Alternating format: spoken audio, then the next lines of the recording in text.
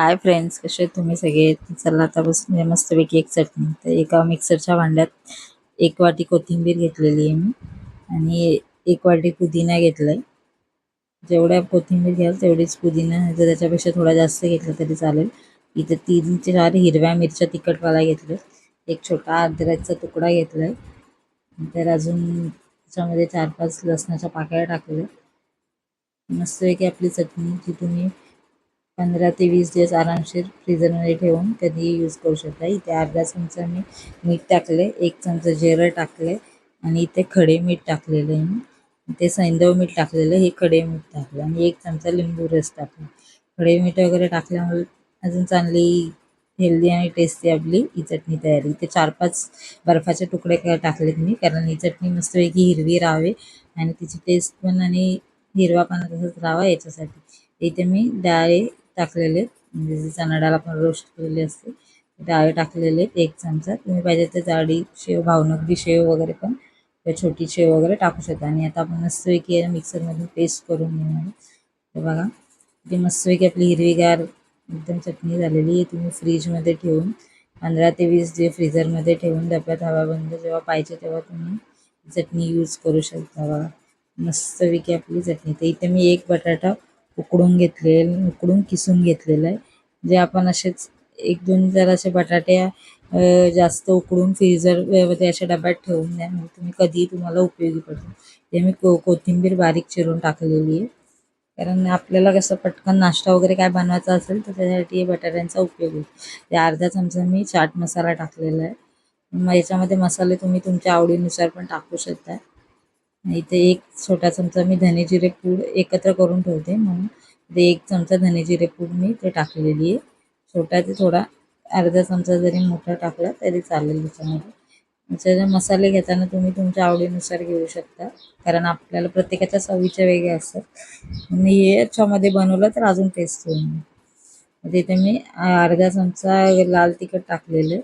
म्हणजे तुमचं घरचं जे असतं ते टाका, नाही तर काश्मीरी लाल मिरची असते ते टाका, म्हणजे कलर फक्त येण्यासाठी. आणि इथे मी 1 चमचा ते अर्धा चमचा अद्रक लसूण पेस्ट आणि इथे मीठ चवीनुसार टाकलेलं. आणि हे सर्व मिश्रण आपण एकत्र करून घेऊ. तिथं आपण मी सँडविच बनवणार आहे. म्हणजे जर बटाट्याची भाजी जर तुम्हाला तडका देऊन किंवा फोडणीवरून टाकायची असेल तर तसं करून, किंवा फोडणीत करू शकता. मी तसं न करता असेच केलेले. तर इथे आपण जी हिरवी चटणी बनवली होती त्याच्यामध्ये मी इथे 2 ते 3 चमचे दही टाकलं आणि मस्तपैकी ही हिरवी चटणी तयार झालेली मिक्स करून घेतलेली. आता इथे बघा, मी ब्राऊन ब्रेड घेतलेलं आणि ब्राऊन ब्रेडला आपण हिरवी चटणी सगळीकडून लावून घेणार. ही चटणी तुम्ही पाणीपुरीसाठी किंवा कबाब वगैरे किंवा असे काही पकोडे वगैरे बनवले त्याच्यासाठी पण तुम्ही खाण्यासाठी यूज करू शकता. याच्यामध्ये दही वगैरे टाकून हे बघा अशा पद्धतीने तुम्ही सँडविचला पण बरोबर पण खायला देऊ शकता, एवढी टेस्टी होते. तर इथं मी एका याला हिरवी चटणी लावली आणि दुसऱ्या याच्यामध्ये टोमॅटो सॉस लावलेला आहे. तुम्ही दोन्ही याला टोमॅटो सॉस आणि चटणी पण असं एकत्र करून पण लावू शकता, म्हणजे तुमचे चॉईस आहे. तुम्हाला जसं पाहिजे असेल तसं करा. नाहीतर एका याला तुम्ही ब्रेडला, आता तर मी ते दोन्ही लावून ठेवले बघा. याला हिरवी चटणी पण टाकली आणि टोमॅटो सॉस पण टाकली. अशाच बाकीच्या ब्रेडनं पण मी लावून घेते, कारण प्रत्येकाची चॉईस वेगळी असते. ज्यांना हवं तसं तुम्ही करू शकता. इथं मी जे आपण बटाट्याचा मसाला बनवला आहे तो सगळा मसाला मस्तपैकी सगळीकडे फिल करून घेतलेला आहे मी.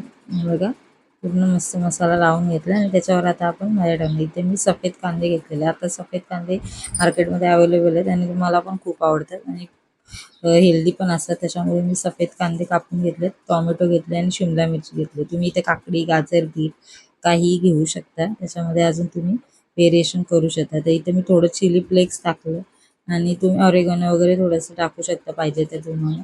आणि इथे मी चीजचं कूप घेऊन ते चीज किसून घेतलेलं. मोझरेला चीज तुम्हाला आवडत असेल तर ते टाकलं तरी होऊन जाईल. हे बघा चीज मस्तपैकी करून असं मी टाकून घेतलं. एका यालाच मी चीज लावणार आहे, दुसऱ्याला तसं साधं ठेवणार आहे.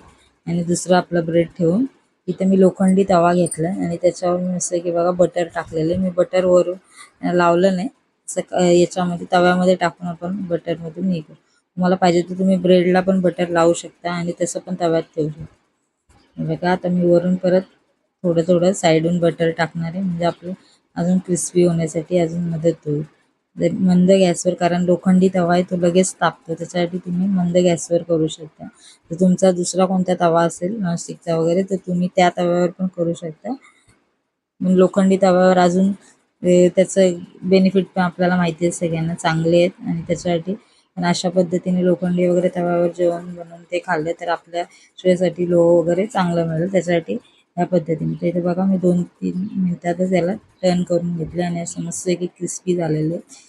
थोडे साईडने बटर तुम्ही काढा म्हणजे पूर्ण बटर सगळीकडे लागेल आणि थोडं प्रेस करून घ्या म्हणजे ते शिजवण्यासाठी मस्तपैकी, कारण आपल्या आतल्या सगळ्या भाज्या वगैरे शिजलेल्या आहेत त्याच्यामुळे जास्त काही शिजवायची एवढी गरज नाही. मस्तपैकी हे सँडविच आतमधून असं सॉफ्ट आणि वरून कुरकुरीत असलं. तुमच्याकडे सँडविच मेकर असेल तर त्याच्यात पण तुम्ही केलं तरी चालेल, नसेल तर अशा पद्धतीने जरी केलं तरी तेवढंच टेस्टी आणि मस्त लागेल. नक्की एकदा करून बघा आणि रेसिपी आवडली तर लाईक, सबस्क्राईब आणि शेअर करायला विसरू नका. मला मस्तपैकी दोन्ही साईडने मस्त क्रंची केलं, असं दाबून दाबून असं हे केलं तर सगळ्या ठिकाणी मस्तपैकी आपलं सँडविच मस्त पूर्ण क्रंची होते. तर बघा किती मस्त आणि क्रिस्पी झालं, एकदम टेस्टी झालं. मी एकदा नक्की करून बघा. तर इथे मी त्रिकोणी आकारात कापणार आहे, मधून असं कापून घ्या. जसं तुम्हाला पाहिजे तर 4 तुकडे केले तरी होऊन जातं. हे बघा मस्त आणि टेस्टी हे करणार आहे. तर हे पूर्ण तुम्ही असे पाहिजे तर तुम्हाला 4 तुकडे पण करू शकता. तर इथे मी वरून परत चीज टाकलेलं, तुम्हाला नको असेल तर नाही टाकलं तरी होईल. वरून मस्तपैकी असं चीज जसं बाहेर भेटतं त्याच्यासाठी आपण एवढं 50 किंवा जास्त त्याच्यापेक्षा पण जास्त 100 वगैरे घालवतो, त्यापेक्षा अशा पद्धतीने 100 तुम्ही घरच्यांचे सगळेजण आपण खाऊ शकता, एवढे ते सँडविच रेडी होऊन. नक्की हे सँडविच ट्राय करून बघा. जास्त मेहनत पण नाही. जसं इथे मी जी आपली ग्रीन चटणी बनवली होती, पुदिना चटणी आणि सॉस बरोबर सर्व केलेलं आहे. तर तुम्हाला बघा एक दोन्ही एवढं मिक्स करून एवढं टेस्टी लागतं ना. जर आवडली तर नक्की लाईक करा. Thank you for watching.